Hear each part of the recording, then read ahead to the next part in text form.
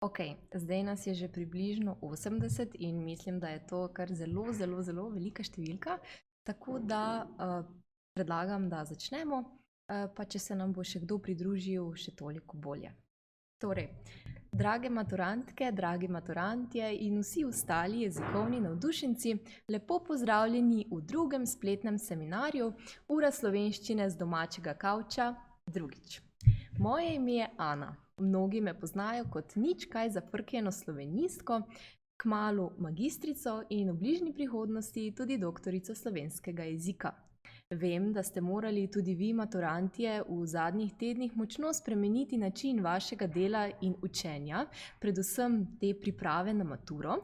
Zato smo se pri Limeti odločili, da enega od 4 spletnih seminarjev namenimo prav vam. Drugače se pri Limeti ukvarjamo predvsem s prevajanjem besedil in pisanjem jezikoslovnih člankov. Če v vaš najljubši brskalnik vpišete Limetin blog in kliknete na prvi zadetek, boste našli ogromno praktičnih jezikovnih napotkov, ki vam lahko pomagajo tudi pri učenju za maturo in sicer predvsem pri učenju za tisto izpitno polo 2, torej razčlembo neumetnostnega besedila. Biljana, pozdravljena. Torej, vas maturante čaka tako imenovani zrelostni izpit oziroma matura in lahko vam povem, da na tej strani kamere ni človeka, ki bi vas v tem trenutku razumel bolje kot jaz.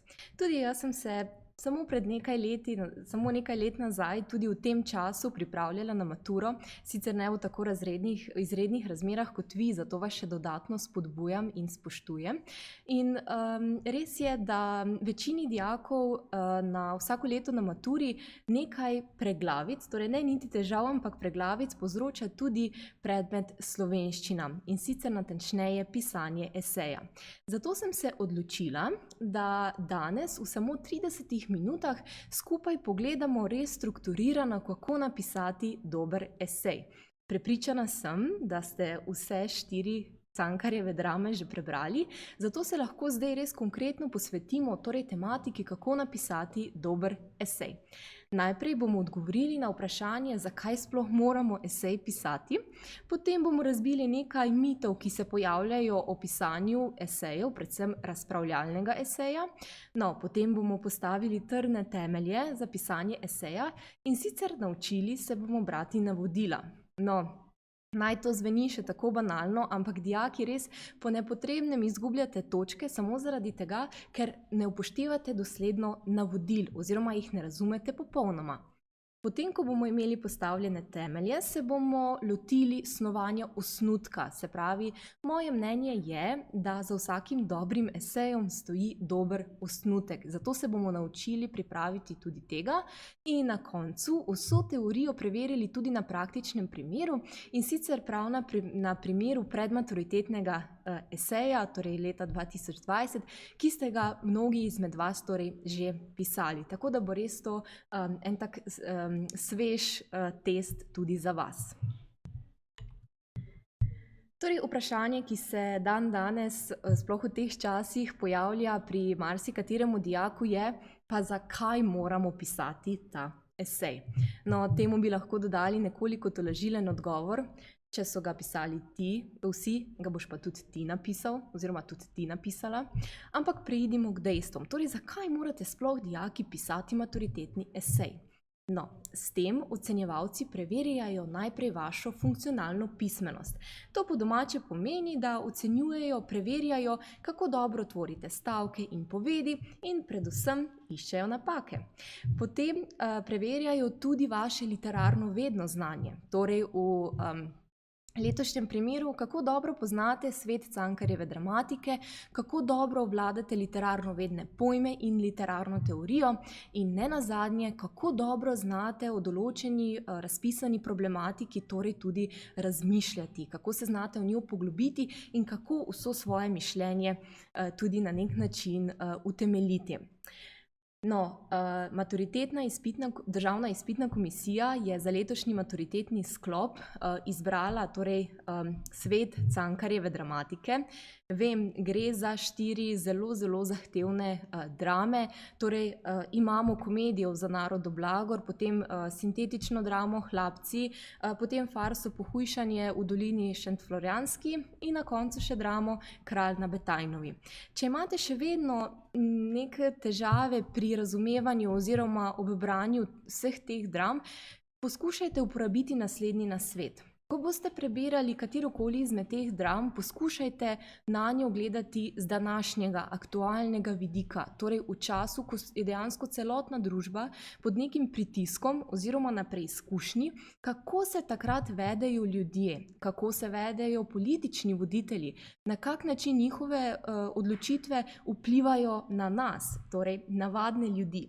In poskusite vse te izkušnje, ki jih imate zdaj, torej preslikati v svet Cankarjeve dramatike, torej na prehod iz 19. v 20. stoletje, takrat, ko je Cankar vse te 4 drame tudi zasnoval.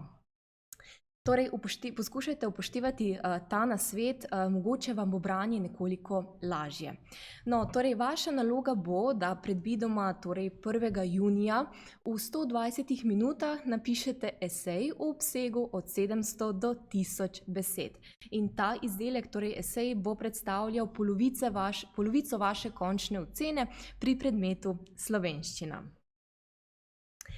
Preden se pa torej lotimo razbijanja mitov in poglabljanja v svet Cankarjeve dramatike, naj vas mogoče čisto na kratko opozorim, da mi lahko torej že med samim predvajanjem v živo tukaj ob strani postavite vprašanje, dilemo, če imate kakršnokoli težavo, bom poskusila torej na to odgovoriti zdaj.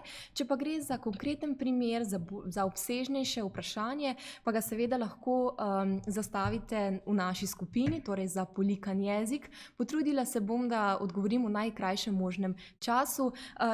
Če pa se ne želite toliko izpostavljati, pa je na voljo tudi moj elektronski naslov. Skratka, vem, da dijaki v teh trenutkih, v teh dnevih še posebej potrebujete torej neko dodatno podporo, zato sem jaz tukaj za vas. Dobro, pa nadaljujemo z našim spletnim seminarjem. Torej, kot veste, se lahko pri pisanju eseja odločite za pisanje 2 vrst esejev. Na eni strani je to razlagalni oziroma interpretativni esej, ki se piše ob vnaprej izbranem odlomku, in razpravljalni esej. Kateri je težji? Ne vem. Kateri je lažji? Nimam pojma. To je res stvar posameznikove izbire, torej odločite se lahko za pisanje kateregakoli eseja. Res pa je, da nekako po srednješolskih razredih in hodnikih nekako kroži stereotip oziroma mit, da je razpravljalni esej lažji za pisanje. No, pa poglejmo, če je temu res tako. Razpravljalni esej od vas zahteva branje v širino. To pomeni, da bodo ocenjevalci pri branju in ocenjevanju vašega maturitetnega eseja še posebej pozorni na to, koliko obvladate vse 4 Cankarjeve drame, kako znate o vnaprej predpisani tematiki široko razmišljati, koliko imate recimo ob tem zgodovinskega znanja, recimo kako dobro poznate umetnost na prehodu iz 19. v 20. stoletje. Se pravi, res pri razpravljalnem eseju moramo vse svoje misli še dodatno okrepiti z nekimi argumenti. Skratka, vse skozi utemeljevati naše mnenje, torej, ker gre res za zelo, zelo široko razmišljanje. Če pa se odločite za pisanje razlagalnega oziroma interpretativnega eseja, kot že rečeno, gre za pisanje torej ob vnaprej izbranem odlomku, boste morali verjetno ta odlomek nekako smiselno umestiti v celotno dramsko dogajanje in pri tem razlagalnem eseju se od vas pričakuje res natančno poznavanje vsake drame, predvsem dramskih oseb in vseh pomembnih tistih zapletov, ki pomembno potem vplivajo naprej na dramsko dogajanje. Torej, še enkrat izberete lahko katerikoli esej, vendar ne želim, da se torej prenaglite oziroma že zdaj, torej danes 17. aprila odločiti, da boste čez mesec in pol pisali točno razpravljalni ali pa točno razlagalni esej. Torej, kot sem že na začetku omenila, dejansko je pomembno, da postavimo torej neke trdne temelje, na katerih bomo potem gradili. In sicer, dijaki, kot sem že rekla, imate včasih kar nekaj težav z navodili. Torej še enkrat vem, da se sliši banalno, ampak v navodilih za pisanje eseja se nahajajo tako imenovani neki miselni procesi, neki napotki, neka vodila, ki bi jih lahko v današnjem sodobnem času poimenovali kot neke hashtage oziroma torej neke ključnike, ki bodo usmerjali vaše pisanje. Torej, to so recimo predstavi, obnovi, primerjaj, vrednoti, komentiraj. In če v osnovi ne razumemo, kaj ti hashtagi v bistvu pomenijo, potem ne moremo odgovora v celoti zapisati. In ne vem, zakaj bi tu po nepotrebnem zgubljali točke, zato se bomo zdaj posvetili vsakemu izmed teh torej vodil oziroma miselnih procesov. Kaj torej sploh pomeni? To, da morate recimo predstaviti dramsko osebo, to ne pomeni, da samo navedete neke ključne lastnosti oziroma značilnosti. Predstaviti recimo dramsko osebo, pa vzemimo za primer Jermana iz drame Hlapci, kaj to pomeni? Prvič pomeni, da ga morate opisati. To pomeni, se pravi, kako izgleda, kaj počne, recimo kaj je po poklicu, kako se vede do ostalih dramskih oseb, kako recimo sprejema okolico. Potem morate to dramsko osebo še označiti. Oznaka pomeni, da presojamo ravnanje neke določene osebe. Tu pridejo v upoštev predvsem ti lastnostni pridevniki. Pa tu ni treba, da uporabljate ravno vesel, žalosten, grd, len, ampak uporabite take bolj mogočne pridevnike, se pravi mogočen, hlapčevski, ponižen, prelesten. Skratka, bodite pri izbiri pridevnikov torej da bodo čim bolj bogati, da boste na vašega ocenjevalca naredili čim večji vtis. In ne nazadnje morate predstaviti oziroma na nek način torej povzeti še življenjsko zgodbo te dramske osebe. Se pravi, predstaviti pomeni opisati dramsko osebo, jo označiti in na koncu še predstaviti, se pravi, kaj dela v življenju oziroma kakšen vpliv ima na celotni potek dramskega dogajanja. Potem je tu obnoviti oziroma obnoviti in povzeti, to sta pojma, ki sta zelo blizu, ampak se bistveno razlikujeta. Obnoviti pomeni, da mi obnavljamo navadno nek točno določen dogodek v točno določenem času na točno določenem kraju.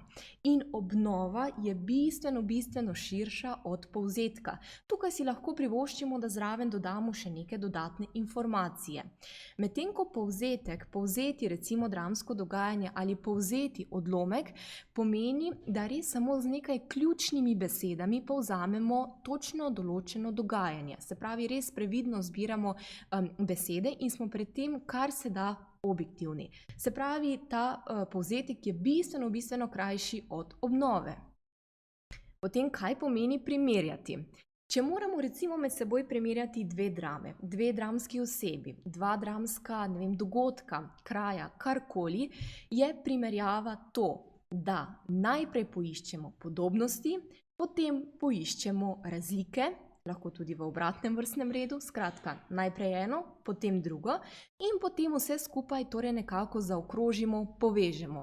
To pomeni recimo, če bi morali primerjati recimo Grudna in Grozda v komediji Za narodov blagor, bi najprej poiskali podobnosti, potem bi poiskali razlike in na koncu naredili še nek določen sklep, kaj iz te primerjave lahko recimo razberemo. Potem, kaj pomeni utemeljiti? Utemeljiti pomeni, da mi postavimo eno samo trditev in jo potem na vse različne možne načine tudi potrjujemo, torej dokazujemo. To lahko storimo recimo da vzamemo določene dramske dogodke, da vzamemo določene podatke iz Cankarjevega življenja, od Cankarjeve dramatike, skratka, ena trditev, ki jo potem na različne načine seveda podkrepimo. Potem je tukaj razlagati oziroma pojasniti.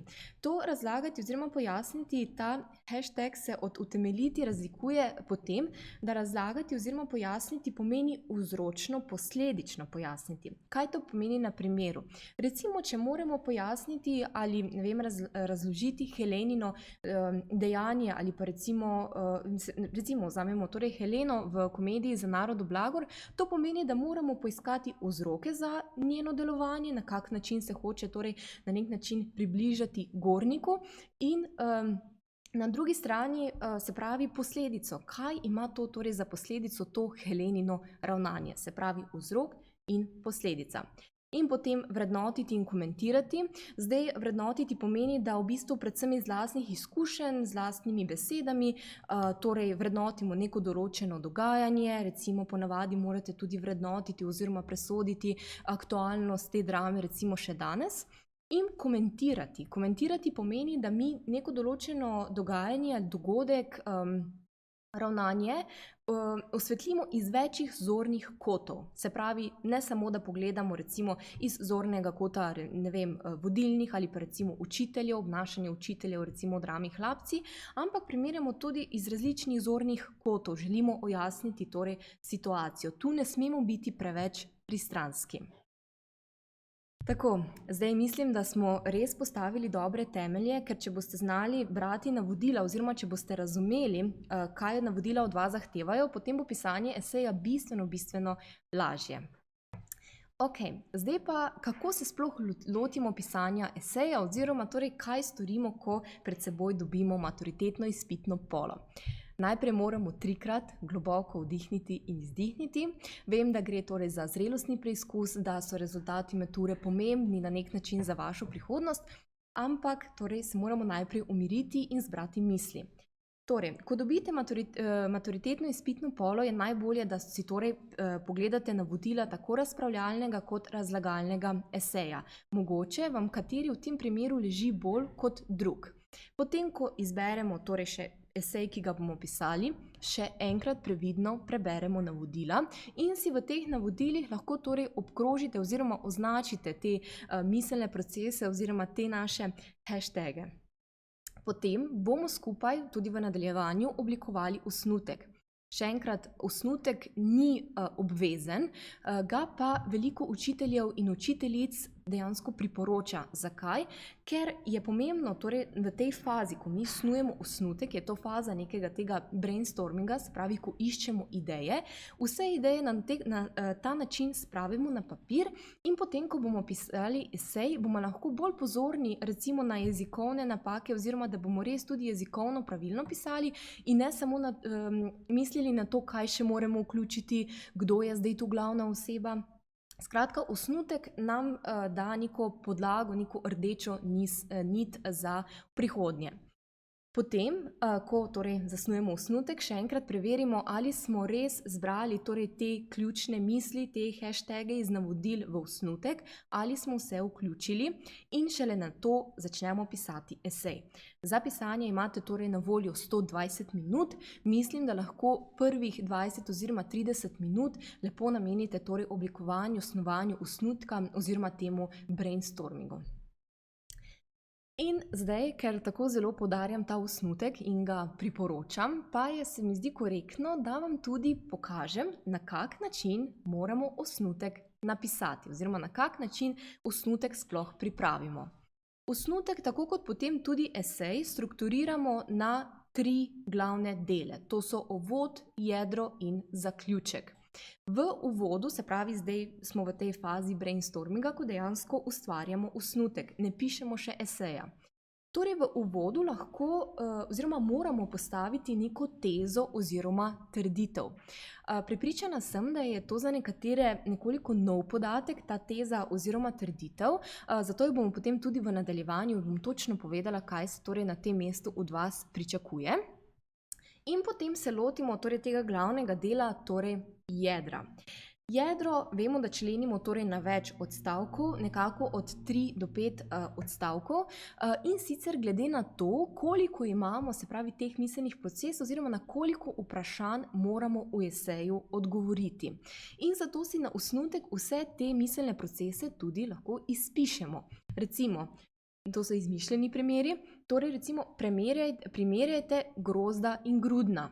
predstavite dramski osebi, razloži Helenino ravnanje. Se pravi, vse te miselne procese si mi izpišemo na osnutek in potem torej začnemo z delom. Če piše primerjaj grozda in grudna, se spomnimo, kaj že pomeni torej primerjati in poiščemo podobnosti in razlike. Te podobnosti in razlike na kratko tudi zapišemo, da bomo potem, ko bomo pisali esej, dejansko nas bo osnutek vodil.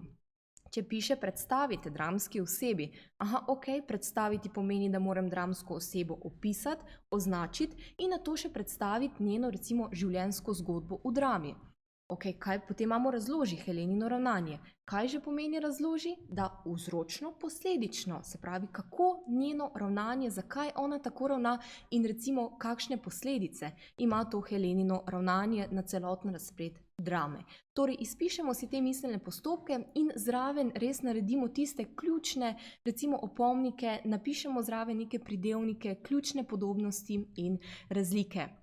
In na koncu torej je na vrsti še zaključek. O zaključku bomo tudi nekaj več povedali v nadaljevanju, ampak še enkrat, zaključek torej ni neko povzemanje oziroma ponavljanje informacij, ampak zaključek mora vedno na nek način torej kazati vaš vložek v esej, kaj vi mislite in nekako kazati torej na neka nova vprašanja, se pravi, o čemer bi še lahko razpravljali, nakazati na neka dodatna vprašanja.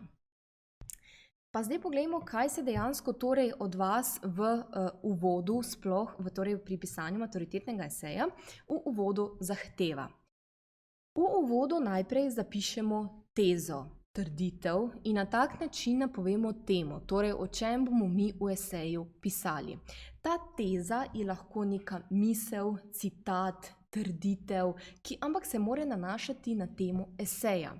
In teza mora biti vedno torej napisana dovolj konkretno, ker bomo mi to tezo, se pravi to, kar mi trdimo v uvodu, da bomo pisali recimo o razlikah, ne vem, med učitelji in pa recimo med ostalimi, torej navadnimi ljudmi, moramo to tudi potem skozi celoten esej na nek način torej utemeljiti. Ta teza bo predstavljala rdečo nit celotnega eseja. In če imate težave, torej če ste še vedno zmedeni, kaj ta teza pomeni oziroma kaj s tem mislim. Ta teza je navadno podana že v uvodu oziroma vsaj v prvi povedi ali stavku v navodilih. Ta primera, ki jo vidite zdaj na drsnicah, sta primera torej iz realnih matur in sicer sta vzeta torej mislim, da iz leta 2018 in leta 2019.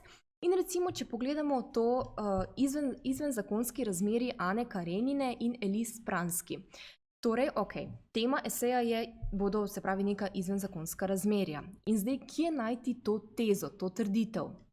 V romanih Ana Karenina in Ločim Bompeno od valov spoznamo izvenzakonski razmeri glavnih ženskih oseb. Se pravi, tezo bomo oblikovali na podlagi torej odnosa, se pravi, na kak način te ženske delujejo v odnosu, recimo v zakonu. Torej, teza napove temo celotnega dogajanja.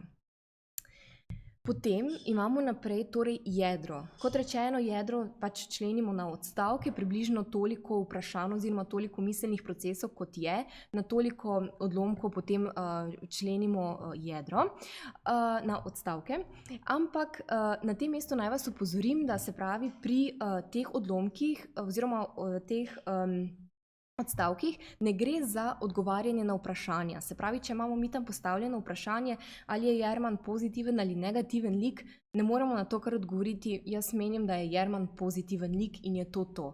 Skratka, vsako svojo trditev je treba tudi v eseju ustrezno argumentirati.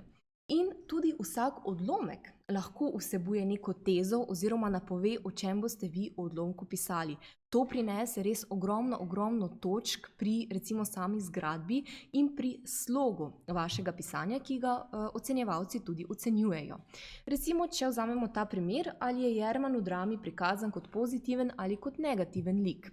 Lahko potem v torej prvem odstavku enostavno zapišemo trditev, da se pravi, je glede na celotno dramsko dogajanje, presojate, da je Jerman v drami prikazan kot pozitiven lik in potem na vse možne načine to svojo trditev tudi utemeljite.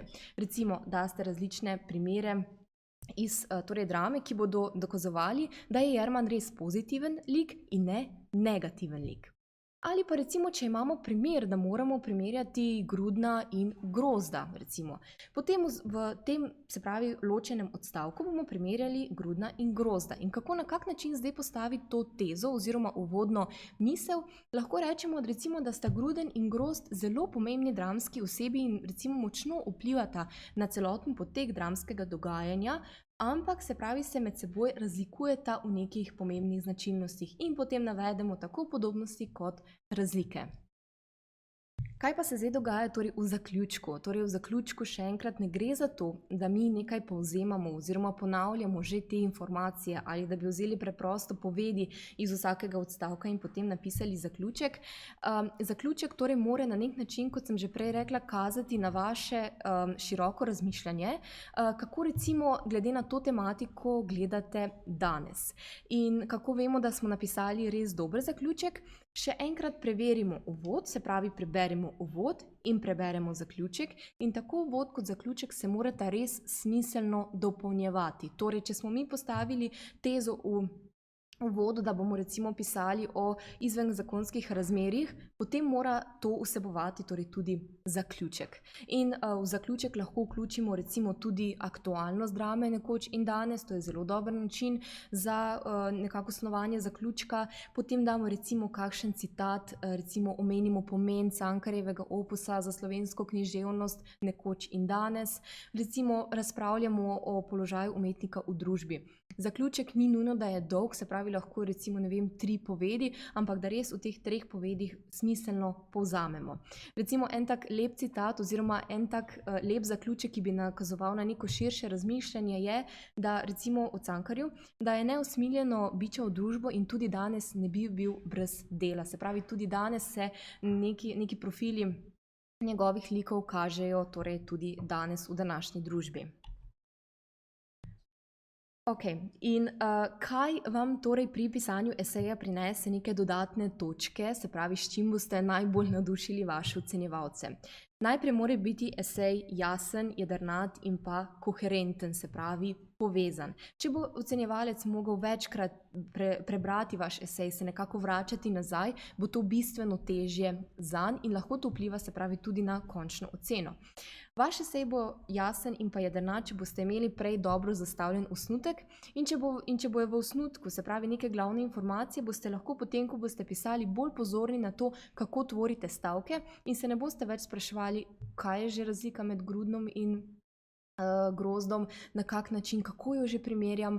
In potem tudi seveda pazite na jezikovno pravilnost. Jezikovna pravilnost vam prinese 20 točk, torej od 50. Pazite na vejice, na velike začetnice in pa končna ločila. Potem so tukaj recimo lahko naštudirate že prej neke zanimivosti oziroma pomembne podatke iz Cankarjevega življenja. Recimo Cankar je zelo preziral to nemoralnost ljudi, hlapčevstvo. Za Cankar je bil največji greh v življenju, če nisi imel svojega prepričanja in temu prepričanju nisi v življenju sledil oziroma si delal v nasprotju s svojim prepričanjem samo zato, da si imel potem mirno vest pred oblastjo. Potem recimo Cankarjeva črtica o človeku, ki je izgubil prepričanje, se praktično povezuje z vsemi 4 dramami in to črtico lahko zelo dobro tudi upeljete v vaš esej in tako ocenjevalcu pokažete, da poznate tudi druga Cankarjeva dela. In ne nazadnje, recimo kakšne pomembne misli, citate, ki se nanašajo na pomembno motiviko oziroma tematiko, ki jo Cankar obravnava. Vse 4 drame obravnavajo torej neko politično ozadje, družbeno-politične, zgodovinske okoliščine. Zraven lahko vključite citate, misli povezane recimo z oblastjo, na kak način se ljudje recimo upirajo oblasti. In ne nazadnje je nujno, da dosledno rabite literarno vedne pojme. Kaj to pomeni? Da v eseju ne pišete recimo v Cankarjevem delu, v Cankarjevi knjigi, ampak uporabljate literarno vedne pojme, torej v Cankarjevi drami Hlapci ali še bolje v Cankarjevi sintetični drami Hlapci, v Cankarjevi komediji Za narodov blagor. Torej, te literarno vedni pojmi vam bodo zagotovo prinesli ogromno točk, torej pri slogu in ne nazadnje se pravi tudi pri vsebini, ker boste tudi vsebino potem lažje napisali. Torej, to je nekako pet trikov, pet načinov, na kak način lahko dejansko pridobimo višje oziroma boljšo oceno. In ne nazadnje, treba je zdaj tudi iz teorije v prakso, zato bomo zdaj na čisto praktičnem primeru pogledali, kako osnovati nek dober osnutek in kako se potem lotiti pisanja takšnega eseja. Torej, kot že rečeno, sem za primer vzela predmaturitetni esej, ki ga je večina izmed vas že pisala, in sicer razpravljalni esej. To pa zato, ker se še vedno, kot rečeno, po statističnih podatkih, vedno več dijakov odloči za razpravljalni esej. In sicer naslov tega razpravljalnega eseja je bil V svetu dram za narodov blagor in hlapci. In zdaj, če nekako preletite navodilo, ven kar štrlijo ti miselni procesi oziroma hashtagi. Naslova obeh dram imata prenesen pomen. Pojasnite, kako ste naslova razumeli, predstavite še vsaj dva elementa, ki drami povezujeta, iz vsake drame predstavite dramsko osebo, ki je po vašem mnenju najmogočnejša, in izbrani osebi primerjajte in na koncu še presodite, v čem sta drami aktualni še danes. Se pravi, imamo 5 teh miselnih procesov, ki jih bomo morali zajeti v naš esej. In kako se zdaj lotiti snovanja osnutka? Prebrali smo navodila, si obkrožili, spisali te ključne miselne procese. Najprej začnemo pri uvodu. Postaviti moramo neko tezo, v celotnem eseju pa bomo pisali oziroma med seboj primerjali tako dramo za narodov blagor, kot tudi hlapce. In zato lahko na nek način tezo napeljemo na to, zato ker za narodov blagor in hlapci imata prenesen pomen, naslova imata prenesena pomena, lahko rečemo, da v bistvu je vsako literarno delo, ki je nastalo v literarni zgodovini, vedno nastalo na podlagi nekih družbenih oziroma družbeno-zgodovinskih političnih okoliščin in da so umetniki to svoje mnenje, prepričanje oziroma vse, kar je bilo po njihovem mnenju narobe, v sistemu, v družbi, izkazovali tudi skozi naslove teh dram. In Cankar je na nek način izbral, se pravi, ta prenesen pomen. Potem sledi jedro. V jedro si res izpišemo te ključne miselne procese, te navodila in zraven zapišemo neke ključne značilnosti, ki nas bojo potem vodile, ko bomo esej dejansko tudi pisali. Prvo vodilo je da smo morali pojasniti naslova obeh dram. Kaj pomeni da pojasnimo? Pojasniti enostavno pomeni, da zliti te misli na papir, vse, kar že veste. Se pravi, ne gre tu nekaj za vzročno-posledično, ampak enostavno s svojimi besedami to, kar ste se naučili, zapisati na papir. Kako bi recimo pojasnili prenesena pomena naslovov?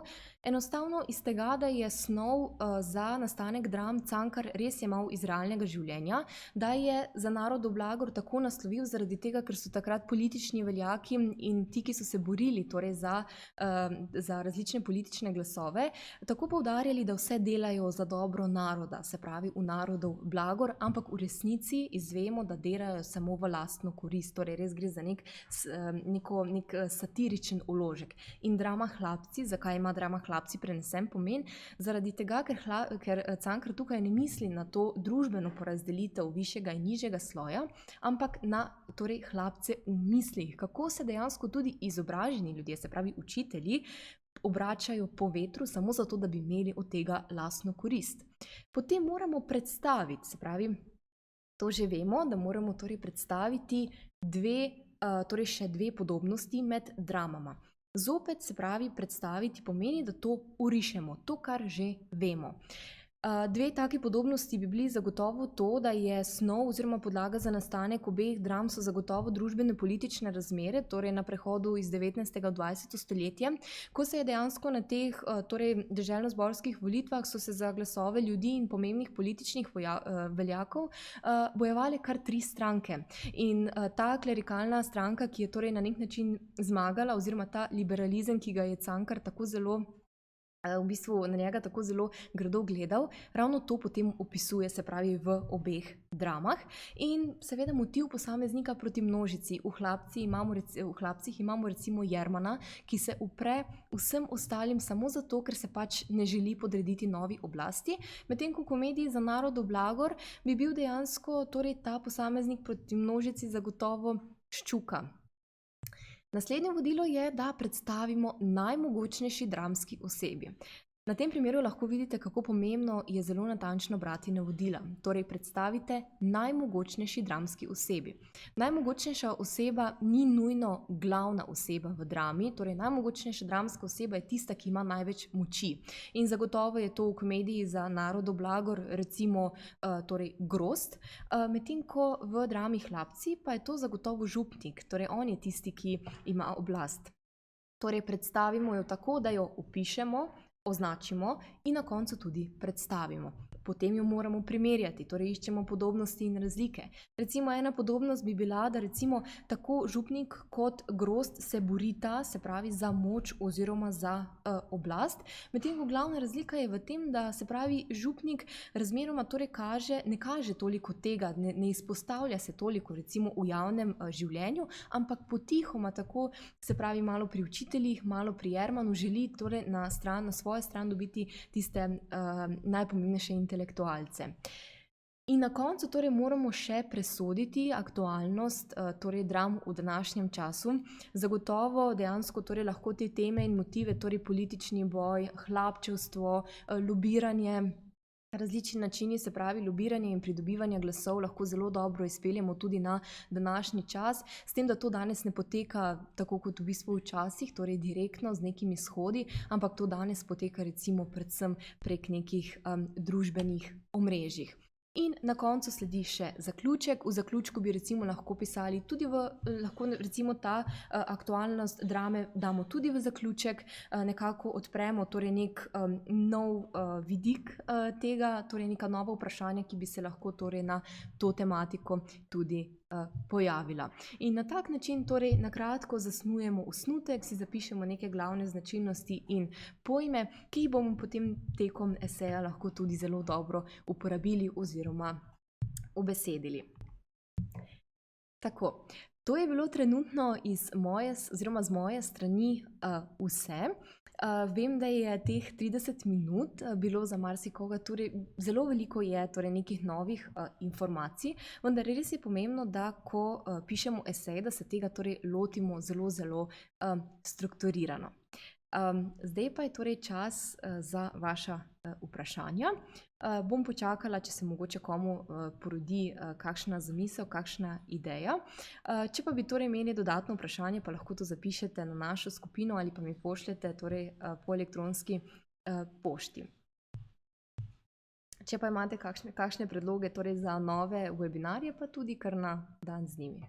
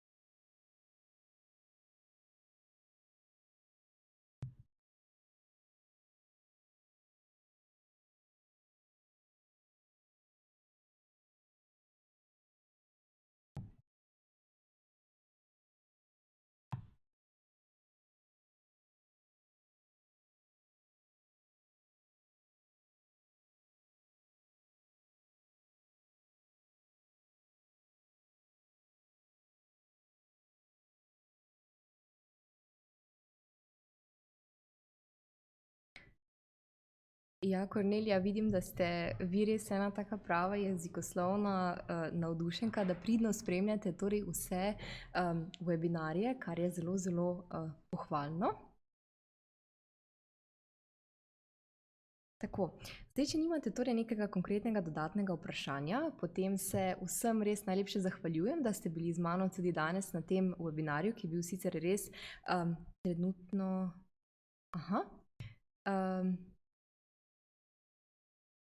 Ela Živjo. Prav tako dejansko torej pri interpretativnem eseju moramo seveda napisati uvod. Vsak torej esej, ne glede na to, katerega bomo pisali, mora imeti nek torej uvod, v katerem postavimo torej to neko tezo oziroma v katerem potem bralca dejansko tudi vpeljemo v tematiko. Tako da zagotovo tudi interpretativni esej mora vsebovati nek uvod. Seveda ni pa nujno, da je ta uvod ne vem koliko dolg, lahko je recimo samo 2 povedi, v bistvu že včasih ena poved, če je v njej res zelo dobro nakazana tema, nam že zelo v bistvu zadostuje, recimo tudi ena poved ali pa 2, ni nujno, da je uvod dolg.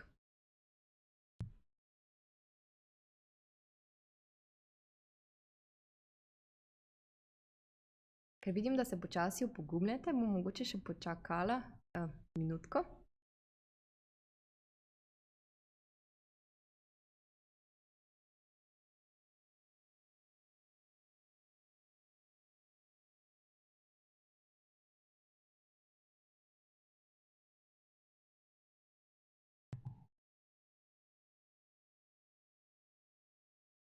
Res pa je še enkrat, da se zavedam, da je torej ta svet Cankarjeve dramatike precej so precej torej zahtevne drame in jih je brez torej neke dodatne razlage oziroma preslikovanja na današnji čas kar težko razumeti.